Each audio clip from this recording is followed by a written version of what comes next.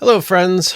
I know I'm a little late to this party, and so it goes.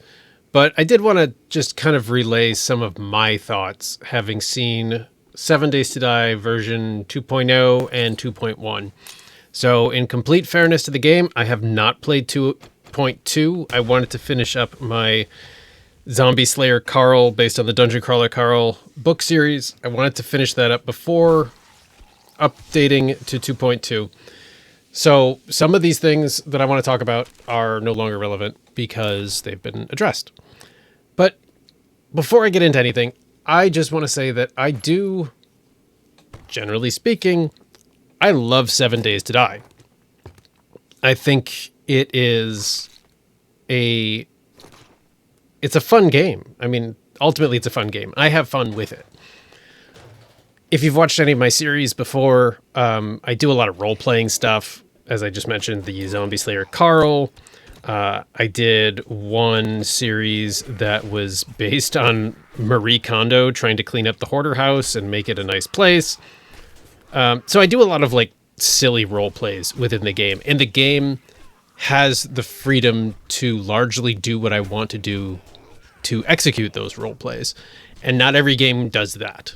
So this is not me bashing on the game for the sake of me bashing on the game. These are just some of the thoughts I've had as someone who has played this game since Alpha 13-ish. I don't remember exactly when. When I started playing it, the zombies were all dirt colored, and the sky was dirt colored, and the rocks were dirt colored, and the ground was dirt colored. There was no main loot. Every house was basically just an empty house with maybe a zombie or two. And yeah, so I've been playing this game a long time, I guess is my point. You know, not as long as some other people who play this game on YouTube or elsewhere. But I have been playing this game a long time, and I do have some thoughts as somebody who has played this game a long time. My first thought is I wish this game never got out of alphas. The change from alpha, 21 to version 1.0, there was no reason for that change. Just call it alpha 22 or whatever the number would have been. I don't remember. There was the idea that, oh, the game is finished, but all these features are coming in the future. That's just another alpha. It was a marketing thing, and I get marketing to a degree. Like, I'm obviously a small YouTuber. I am a small indie author.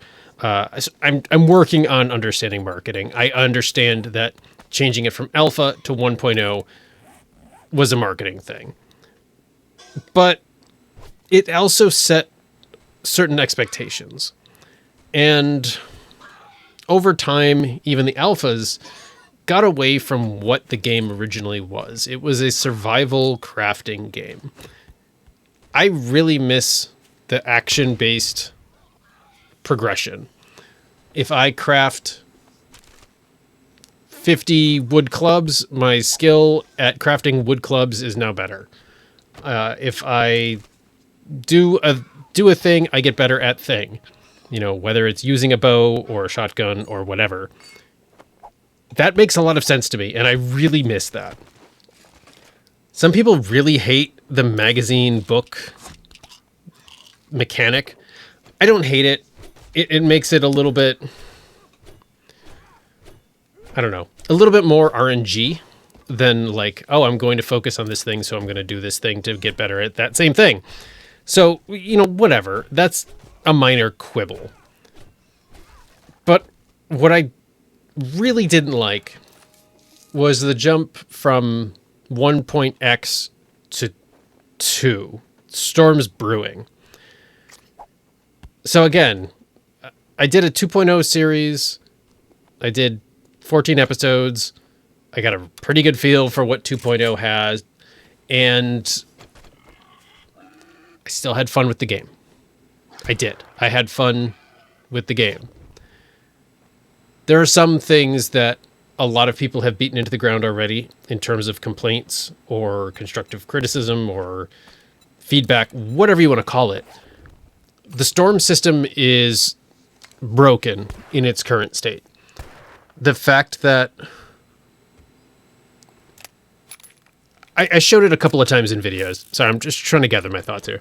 I showed it a couple of times in videos where, the difference between standing on this side of an open door and one step into that open door is being safe from the storm or not safe from the storm. And I get it's a hard thing to code, right? Like, you're inside of a shelter, but the door's open, but you're inside of a shelter. Like, I understand the challenges there. It's stupid, though. There were times in my playthrough where I would have to stop on the edge of a biome because the biome I was in was not having a storm. But I felt like Samwise Gamgee, because if I took one more step, this would be the furthest from home I'd ever been, and I'd be in a storm. And the storms, like, it just like, you're in a storm, and you take one step back, and you're fine. It was just, it's silly in its current implementation, and it doesn't work. I'm looking here at the 2.0 Storms Brewing stable release notes from Steam. And it says biome progression, dynamic storms, new enemies. I don't care about server crossplay because I don't do that. I play solo. Biome progression. I get what they're going for, but completing these little challenges inside of a biome and then getting a mask would make sense. I can now breathe in the wasteland, or I can get a warm coat to go into the snow biome. Completing these challenges, like making weird radioactive mushroom smoothie goop and getting a badge to put on my shirt somehow makes me okay to go into that zone, is ridiculous. I get it's a video game. It is a very arcadey survival game. But it just feels lazy to not have it be like a practical adjustment. So I already talked about the storm as being broken. The biome progression I thought it's an interesting mechanic, but it doesn't work as well as I had hoped. And then the new enemies. So I know this has been adjusted in 2.2, which again, I have not played 2.2, but I found it so obnoxious. Like, you go to the desert and 80% of the enemies that you encounter are plague spitters. Why? It's so over the top. I think I did see here in the 2.2 notes, lowered the chance of plague spitter and frostclaw biome spawns by 50%. So now instead of 80% of the enemies being that, it's going to be 40%, which I guess is a little bit better. It still doesn't feel like enough. I want those enemies to feel like rare, especially if the biome progression is, you have to kill 10 plague spitters. Like, let me go like hunt these suckers down. In my horde video from yesterday, a frostclaw showed up at my base in the burnt forest. That was super weird and random. Like, I get it'll just pull from whatever, and I didn't mind it, but I hadn't even been to the snow biome at that point. So why is there a Yeti just showing up in the burnt forest?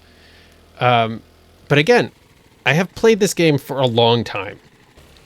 I remember when they made the change to try to have zombies that were costumed a certain way appear in appropriate locations.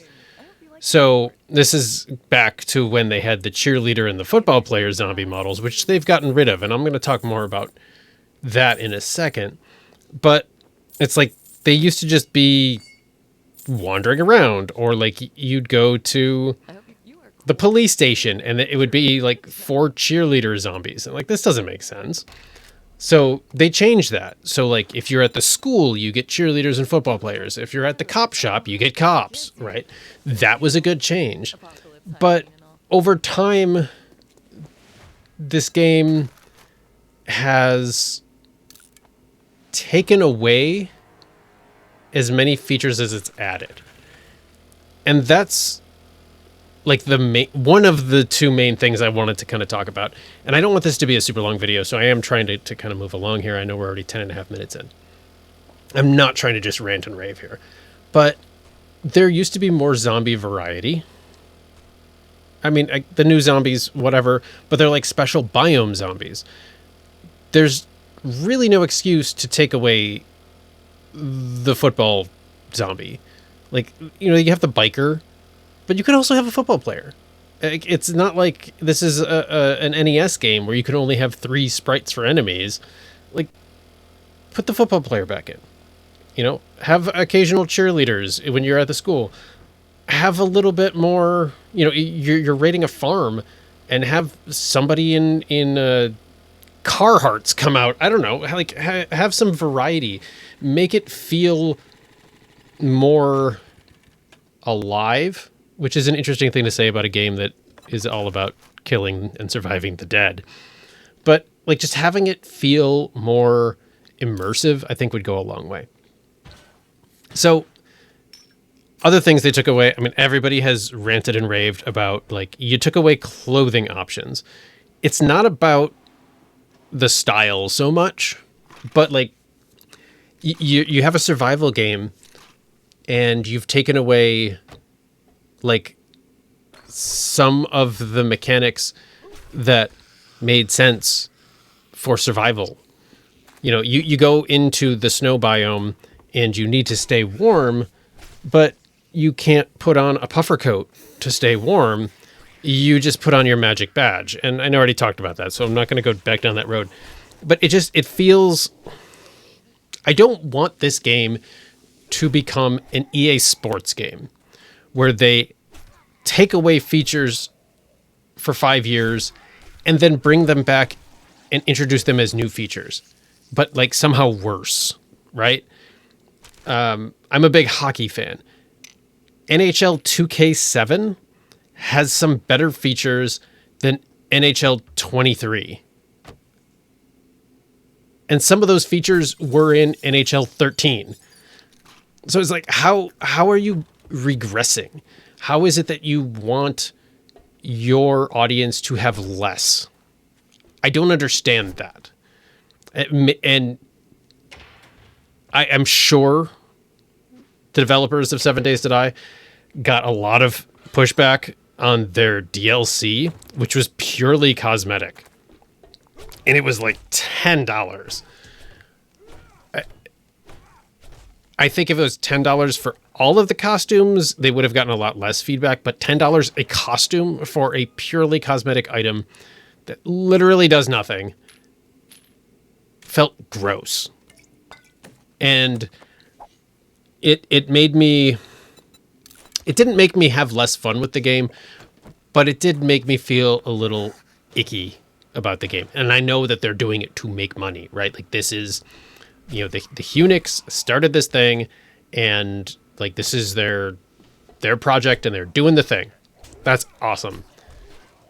$10 for a DLC cosmetic costume is gross. And you can't blame that on inflation either. Like that's not, it didn't cost them more to ship the cosmetic costume to your Steam box. So that's just me kind of ranting about DLC in general. But in this case, it felt extra bad.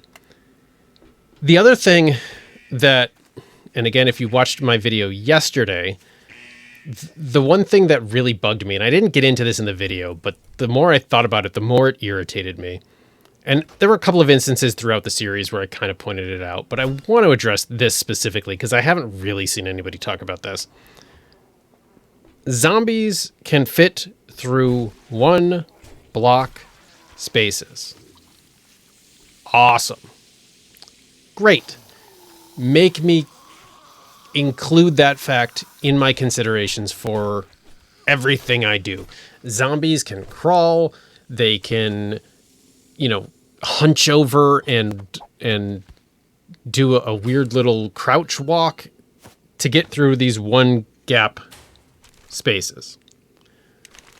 Me, as one of 5 living humans in this game, because you've got Wrecked, you got Jen, you got Hugh, you got Joel and Bob, right? So 6. One of 6 living humans in this game is apparently dumber than all of the zombies because I can't figure out how to fit through this one block space.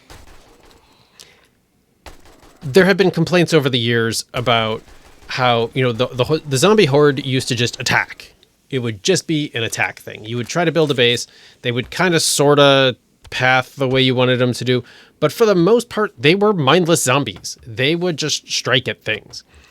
Then they became advanced civil engineers and could automatically detect the weakest path to get to you as the survivor. I still think that's dumb, but I can see what we're trying to do here. However, the zombies detecting a 1 square space and funneling to it and crouching to get through it, or, crawling on all 4s to get through it, when I, as a sentient human being, cannot do the same, is insulting. If I can't fit through the space, the zombies shouldn't be able to fit through the space. In fact, there should be some spaces that I can get to that zombies really struggle with, because they're zombies. Unless the plot of this game in 7 Days to Die 4.6 is that there's some sort of super hyper intelligent overlord who is controlling the zombies, or maybe that's the Blood Moon spin-off game or whatever. It doesn't make sense for the zombies to be smarter than me as the person. And I'm not saying like that sounds self-deprecating, and I don't really mean it in a self-deprecating way. I mean that my character is too stupid to figure out how to crawl. I don't get it. I don't understand. I don't understand how that happened. How did we get to the point where not only are we faced with a literal endless horde, and like zombies in terms of zombie mythology, zombie culture, whatever. I mean, like, they're a great analogy for capitalism and all these things, but they physically can contort themselves to enter, what would we call it, a 3x3 square? I mean, is each block 3 feet? I don't know. I'm picking a random number. Unless I am wearing knight's plate mail armor, why can I not get through that same space? That has bugged me for several days. And by several days, I mean several weeks. I've been thinking about doing this video after my series wrapped. And this has been the one thing that I haven't seen anybody really talk about. Maybe somebody has. I don't know. I only watched a couple of people's thoughts on 7 Days to Die. But nobody that I watched talked about it. That drives me crazy. Either take it away from zombies or let me crawl through vents like that. Like, if I want to Adam Jensen this thing, let me Adam Jensen this thing. Otherwise, don't let the zombies do it. They are supposed to be largely brainless, just like biting machines, right? It doesn't make any sense. So now I'm looking at the 2.2 release notes, and the first thing I see Today we have version 2.2 stable for you. We have added lockable slots to drones, cool, containers and vehicles, removed the loot cap, adjusted some biome zombie spawns, and much more. And then the next line is stay tuned for even more good stuff in version 2.3 experimental soon. Again, if you're never going to finish this game, stop with this version stuff. You can't have version 0 last 14 years and then just change it from alpha or version 0 to version 1 and then just keep pumping out things. Like, if you're never going to finish this game, then don't finish the game. Just leave it as an alpha. If you're going to add in 5 years bandits or, I don't know, a plot, then do it. But do it in a way that doesn't feel like you are consistently releasing an incomplete product. When I bought Skyrim for the first time, because I bought it many times, when I bought it for the first time, it was a complete game. There was DLC, there was, mods and all that stuff. But if I put the Skyrim disc into my Xbox 360 at the time, I could play this complete game. And I can still do that with 7 Days to Die if I don't mind the fact that there's no plot. I have to make my own. That's why I do these themed series like Zombie Slayer Carl or the Marie Kondo one, or the one where I role-played as Bruce Campbell. I have to make my own plot. I have to make my own challenges. I could just play to survive and just do no rules and whatever. That's fun for some people. That doesn't sound super fun for me, but whatever. But they're already saying, stay tuned for even more good stuff in version 2.3 soon, because we're going to adjust all of this stuff. So in 2.2, they added lockable slots, allowed unlinking Discord account directly from the game, irrelevant to me. One of their ads was rubble_burnt_filler_10. I don't know about you guys, but that is thrilling news. I am so excited about rubble_burnt_filler_10. Sprint mode auto run, which I thought had been a thing already. AI activity map sets a long delay on neighbors if a screamer spawns. Tremendous. So, I mean, we've got updated passive values for muffled connector mods to match the display values. So they fixed the numbers. Pack mule sound only to play in the player's head as opposed to multiplayer people, I guess. Updated all biome zombie kill challenges to 5 themed zombie kills per biome. That's good. I like that. But again, make the new zombies more rare. Like, I mean, Far Cry, right? Let's use Far Cry as an example. They had the hunting challenges in, like, what, Far Cry 4, 5, and 6? 3, 4, 5, 6? I don't remember. I think it's 4, 5, and 6. But it's like you have to hunt this particular animal, and then you can make a thing. You can make a piece of gear. And it's, I'm not saying only have one plague spitter zombie, but, instead of 40% of the zombies, make it 5%. Make me, feel like I've encountered something special. The first time I booted up the game when it had the plague spitters involved in it, I took 2 steps into the desert and got attacked by a plague spitter. 2 steps. I didn't record that. This was me just making sure it was going to run okay on my computer and there wasn't any weird stuff going on. So I played it for 10 minutes. I took 2 steps into the desert and there was a plague spitter. Again, I see that they've lowered the chance by 50%, but if you've also reduced the kills now to 5 themed zombies per biome, make them more rare. And it's such a weird mutation too, right? Because it's a zombie. It's a zombie survival game.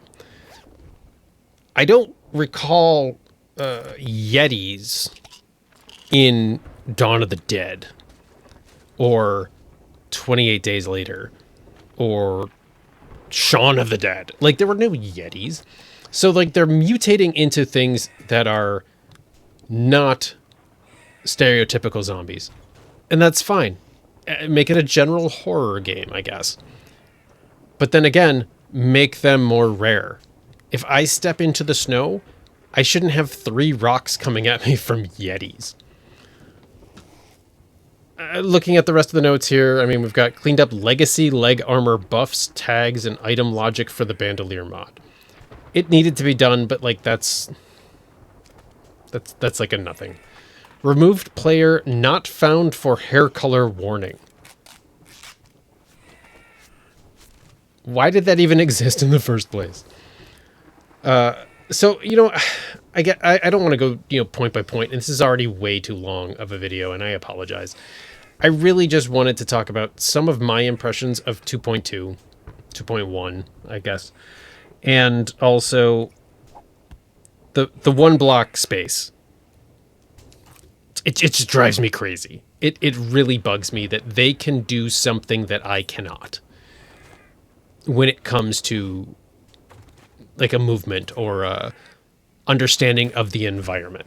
Why can they do this when I cannot?